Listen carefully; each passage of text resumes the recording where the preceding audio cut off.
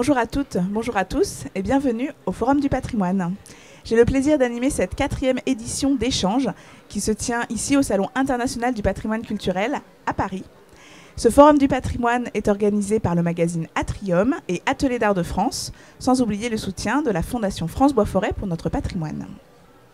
Cet après-midi, sur le plateau, je reçois un invité pour une table ronde intitulée « Investir dans le patrimoine, une passion ».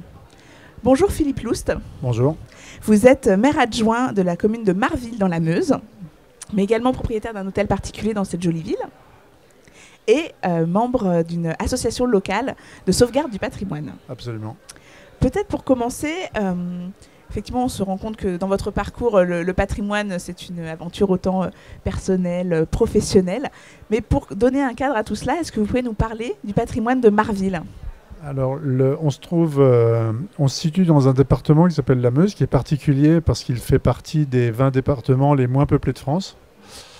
En dehors des routes industrielles lorraines qui sont sur le sillon mosellan. Et c'est vrai que la Meuse a toujours été un petit peu en dehors de tout le développement au XXe siècle. Et aujourd'hui, c'est vrai qu'à part le patrimoine et les vaches qui rient, il n'y a pas grand-chose en Meuse. Ah si, il y a les champs de bataille de Verdun.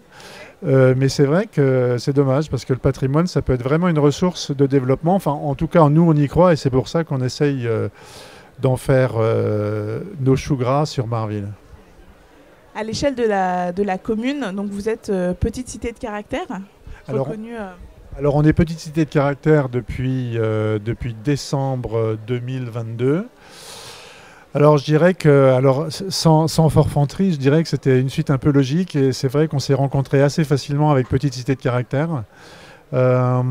Marville a été un site particulier puisqu'elle était la deuxième ville du Luxembourg au XVIe siècle avec 2500 habitants. Alors venez visiter Marville et vous comprendrez l'incongruité parce qu'aujourd'hui c'est un village de 500 habitants.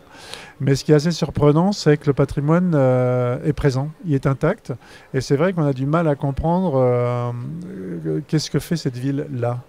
Et quand je vous dis il y avait toutes les planètes alignées pour se rencontrer avec Petite Cité de Caractère, eh bien on cochait toutes les cases. On est effectivement, je viens de vous le dire, on est une ville de moins de 6000 habitants, on a un patrimoine assez exceptionnel et on est un bourg assez, avec des ressources pour que nos habitants y vivent pas trop mal et que les visiteurs soient bien reçus. Il y a donc une qualité architecturale très importante à Marville. Donc effectivement, la commune, la mairie en est consciente, mais finalement c'est aussi le fait de particuliers qui est propriétaire de ces édifices. Vous-même, donc, vous avez un hôtel particulier dans la commune. Donc c'est une passion partagée par l'ensemble des habitants. Alors, je dirais pas ça. C'est-à-dire que je parlais tout à l'heure des champs de bataille de Verdun à dessein. C'est vrai qu'on a été aux premières loges des conflits durant les deux conflits mondiaux au XXe siècle. Et je dirais que les Marvillois, au lendemain de la Deuxième Guerre mondiale, étaient plus attentifs à la résurrection de leur ville et de leur contrée qu'à la sauvegarde du patrimoine. Alors, ça pourrait être lié, mais il y avait vraiment d'autres choses à faire que de s'occuper pendant les 30 glorieuses du patrimoine de Marville. Alors, quand vous me demandez si tous les habitants de Marville sont concernés par le patrimoine, je dirais qu'ils le sont certes, mais je dirais pas toujours d'une façon positive. C'est-à-dire qu'il y a 20 ans, 30 ans de ça, les amoureux de patrimoine et surtout les autorités en charge du patrimoine, c'est-à-dire la drague de l'époque, ça s'appelait les beaux-arts. Et c'est vrai que c'était un peu diabolisé, on ne pouvait pas faire ce qu'on voulait, on ne pouvait pas démonter nos maisons comme on le souhaitait. En tout cas, si on le faisait, on se cachait. Et je dirais qu'aujourd'hui, il y a une espèce de cercle vertueux de par les associations de sauvegarde du patrimoine qui existent, qui se sont mis là, alors plus par jeu que par devoir. C'est vraiment que c'est un site extra pour les passionnés de toutes sortes de vieilles pierres, etc. Et si vous voulez, il y a quand même une belle histoire qui commence à arriver. La labellisation Petite Cité de Caractère. Et puis surtout, il y a enfin des élus à la commune en charge du patrimoine, qui viennent de la filière patrimoine. Les précédents mandats, c'était même pas la peine d'en parler. Oui, le ressort du politique là est essentiel pour sauvegarder le patrimoine et en faire un levier. Alors, c'est peut-être plus compliqué que ça. Je dirais qu'aujourd'hui, avec des associations de sauvegarde du patrimoine, avec des propriétaires qui restaurent leurs biens et avec à la tête des édiles qui ont conscience que le patrimoine peut être une source de développement, oui, je dirais que là, les planètes sont alignées, on va pouvoir faire du bon travail. Petite cité de caractère, c'est un exemple. On se dirige vers certainement la mise en place d'un secteur sauvegardé sur Marville au niveau des documents d'urbanisme. Et il y a la réfection, d'une façon générale, il y a eu la réfection, il y a eu un gros effort de fait au niveau de la réfection des bâtiments publics. Et puis, je vous dis, les 16 maisons protégées commencent à être mises dans le bon sens. Oui, parce que quand on est propriétaire privé, on peut compter sur des aides, voilà, justement, pour subventionner les travaux, en fait. Alors, bien sûr, on peut avoir des aides. Mais ça, justement, les habitants, ils ne le savent pas. Et la vocation de l'association Marville Terre Commune qu'on a créée il y a 20 ans de ça, c'est autant pour être un groupe de copains qui avons une passion commune que pour travailler sur l'aspect documentaire. Il y a 2 personnes de la DRAC qui font partie de notre association, une chercheuse et une architecte. Il y a des historiens patentés qui en font partie également. Et je dirais que tout ça, c'est une mayonnaise qui a pris. J'ai perdu le fil de mon idée. Non, je dirais que donc la création de l'association Marville Terre Commune, bon... C'était pour l'obtention des subventions et des travaux. Ah voilà, pardon, oui, excusez-moi, ça y est, j'ai retrouvé. Non, je disais que justement, l'association Marville Terre Commune, à travers ses différentes prérogatives, c'était aussi le but de vulgariser justement tout le système d'aide, de comment il faut s'y prendre, d'accès aux métiers du patrimoine, etc. Donc voilà, mais c'est vrai que les gens n'avaient pas forcément le réflexe, mais je dirais qu'aujourd'hui aussi, avec les exemples que nous sommes à 2-3 maisons remarquables et avec les aides, voilà, il y a toute une implication et c'est aussi qu'il faut un peu rabâcher. Je crois que vous vouliez peut-être nous parler aussi de travaux qui sont menés en ce moment sur la commune. Alors, effectivement, alors la particularité de la ville de Marville, donc aujourd'hui, je vous l'ai dit, c'est à 520-530 habitants. C'est un patrimoine public extraordinaire, avec une église. Alors l'église, elle est intéressante quand on fait visiter Marville, parce que je vous ai dit, de 500 habitants aujourd'hui, c'était une ville qui faisait plus de 2000 habitants au XVIe siècle. Donc vous avez un mastodonte d'église qui a en plus grandi au fur et à mesure que Marville prenait des galons.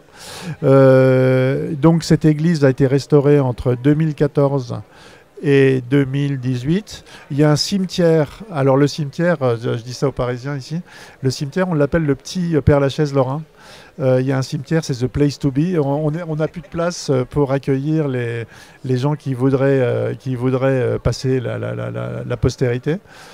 Et donc tout ce patrimoine public a été restauré vraiment dans les règles de l'art, magnifique. Et je vous dis, maintenant, il y a 2 ou 3 hôtels particuliers qui suivent cet exemple pour justement que Marville retrouve ses plus beaux atours.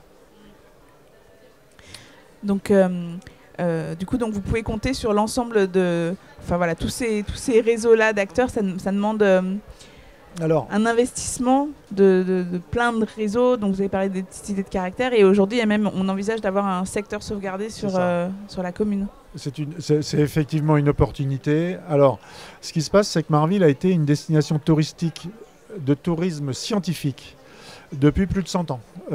Alors on était à l'intérieur du front allemand en 14. Il y avait même les historiens de Berlin qui venaient étudier cette exception culturelle de Marville. Donc je vous dis, depuis 100 ans, c'est vraiment... là, on travaille avec l'école d'archi, avec la fac d'histoire de Nancy, où les étudiants viennent user leur fond de culotte sur Marville.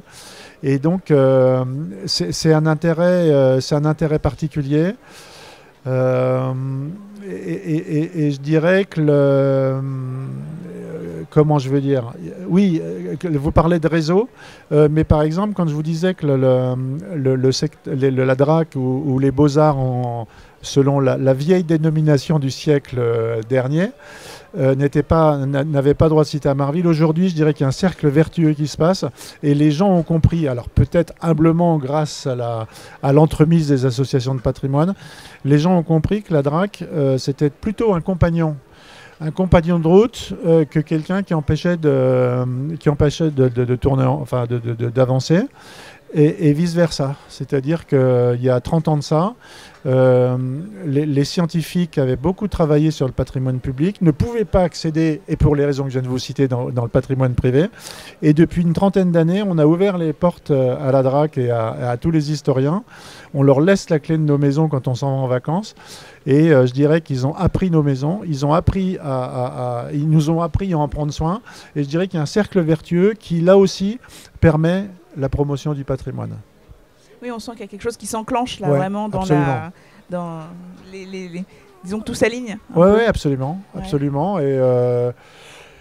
Et si vous voulez, alors je dirais pas les plus réfractaires, il n'y a pas de réfractaires en fait. Je dirais que les moins attentifs à la sauvegarde du patrimoine ou à la promotion du patrimoine se disent qu'il se passe quelque chose. Quand ils voient par exemple les émissions TV ou les articles dans la presse se multiplier, on a eu les honneurs des Racines et des Ailes en 2013. À partir de là, les habitants ils commencent à se dire bon, c'est peut-être du lourd et autant ils planquaient tout il y a 30 ans, autant maintenant ils viennent nous voir en disant tiens, j'ai trouvé ça, qu'est-ce que t'en penses, comment il faut que je fasse, etc. Et ça, c'est plutôt gratifiant. Quelles sont les attentes pour la municipalité pour la suite, justement? Là, vous avez engagé pas mal de travaux. Qu'est-ce qui est attendu du tourisme, de revitaliser le centre ancien? C'est un peu ça, en fait. C'était le début de mon propos. Quand je vous disais que réellement, le patrimoine, ça pouvait être une matière à ressources, eh bien, c'est vrai qu'on mise sur le tourisme. C'est-à-dire que le tourisme est complètement ignoré, c'est pas gentil. Je suis moi-même président de l'office de tourisme local, donc c'est pas ça que je devrais dire. Mais je dirais que c'est une destination prisée pour nos copains du Benelux. On est la Côte d'Azur belge. C'est pas une histoire belge. On est la Côte d'Azur belge, c'est-à-dire qu'on touche vraiment la partie la plus méridionale de la Wallonie. Et les Belges qui sont plutôt des amateurs et des gens plutôt malins ont compris que toute cette destination du nord meusien, du nord lorrain ou même des Ardennes, c'était vraiment un territoire assez riche. Il n'y a que les Français qui n'ont pas compris ça.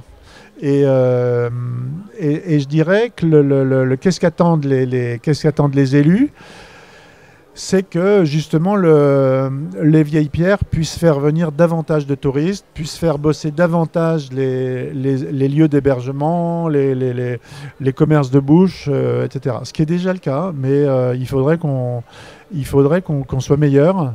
J'ai pas les chiffres de la fréquentation des touristes sur le pays de Montmédy, l'interco dont fait partie Marville. Mais c'est rien du tout par rapport aux champs de bataille de Verdun qui ont la fréquentation de la Tour Eiffel. D'accord ? Et il y a une imperméabilité totale entre le site de Verdun qu'on vient visiter en TGV ou par l'autoroute et il n'y a pas le réflexe de venir voir ce qui se passe du côté de Marville avec cette belle ville Renaissance ou même de Bar-le-Duc, qui est une ville exceptionnelle, bien connue de Churchill, qui venait déguster de la gelée de groseille épépinée à la plume d'oie. Voilà, tout est à faire. Mais, alors je m'emporte toujours un petit peu, mais c'est vrai qu'il faudrait qu'on sorte de cette logique comme quoi la Meuse, ce n'est que les champs de bataille de Verdun. C'est-à-dire que c'est excessivement réducteur. Le devoir de mémoire, on doit le garder, il n'y a pas de souci. Mais c'est tellement justement dans le siècle qu'on traverse, dans toutes les vicissitudes de la vie actuelle, je trouve que justement cet aspect naissance, cet aspect rebondissement, c'est vraiment des choses sur lesquelles il faut s'appuyer. Oui, parce qu'il y a quand même beaucoup de communes aussi qui ont énormément souffert des ravages de la guerre, hein, donc on peut se rendre compte sur ces images que vous conservez un patrimoine ancien assez exceptionnel. Alors, il ne faut pas se tromper. Les champs de bataille de Verdun, c'est 15 km autour de Verdun. Donc les dégâts, Verdun, alors évidemment, toutes les communes autour de Verdun, c'est les fameux villages détruits, évidemment, ça c'est indéniable. Verdun elle-même a souffert, bien qu'aujourd'hui Verdun c'est une très très belle ville. Donc c'est pas tellement le souci de la destruction, quoique, mais je dirais que c'est vraiment une mentalité qu'il faut changer. J'ai travaillé 3 ans au département de la Meuse. C'est un traumatisme qu'on a du mal à dépasser. Oui, mais je comprends. Après, il faut aussi travailler sur les mentalités locales, en fait. C'est aussi une histoire collective, une mémoire. Absolument.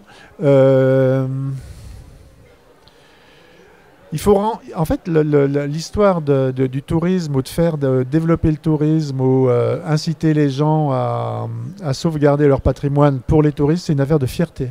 Il faut rendre aux Meusiens leur fierté. Et je peux vous dire que Lorrain, je suis né à Marville, j'ai passé 30 ans à Paris. C'était quand j'habitais Paris et que je travaillais à Paris que j'étais le meilleur promoteur pour Marville. Nul n'est prophète en son pays. Et je dirais que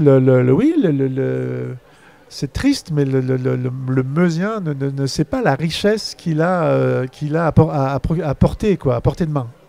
Finalement, ça vous ouvre un champ très large de choses à faire. Oui, absolument. Absolument, oui, bien sûr. Mais on s'y trompe pas, hein, je vous dis ce patrimoine de Marville, c'est déjà un terrain de jeu. C'est-à-dire c'est des découvertes qu'on fait, c'est des souterrains qu'on retrouve, etc. Là, on vient d'investir avec l'association un espèce de petit bastion qui sont sur les fortifications sud de la ville. Alors, quand je vous parle fortification, il ne faut pas imaginer la citadelle de Carcassonne. Aujourd'hui, c'est complètement planqué dans les ronces, dans les bidules, dans les machins. Et donc, notre boulot aussi, c'est de requalifier tout ça. Et on y arrive.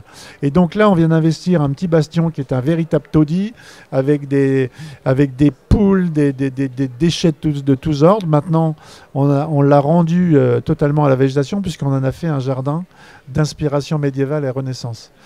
Et quand je vous parle de ça, c'est pas uniquement un livre d'images. C'est vraiment quand je vous parle de terrain de jeu, c'est ça. C'est vraiment une passion. Enfin, je veux dire, ça nous occupe bien et ça nous permet de vivre ensemble. Mais écoutez, je vous remercie beaucoup pour cet échange autour du patrimoine de Marville. Ça donne envie aussi de venir vous voir. Merci. Merci à vous de nous avoir suivis. Je vous invite à retrouver cette émission ainsi que toutes celles tournées dans le cadre du Forum du patrimoine sur notre plateforme YouTube Atrium, Patrimoine et Restauration. Merci et à bientôt.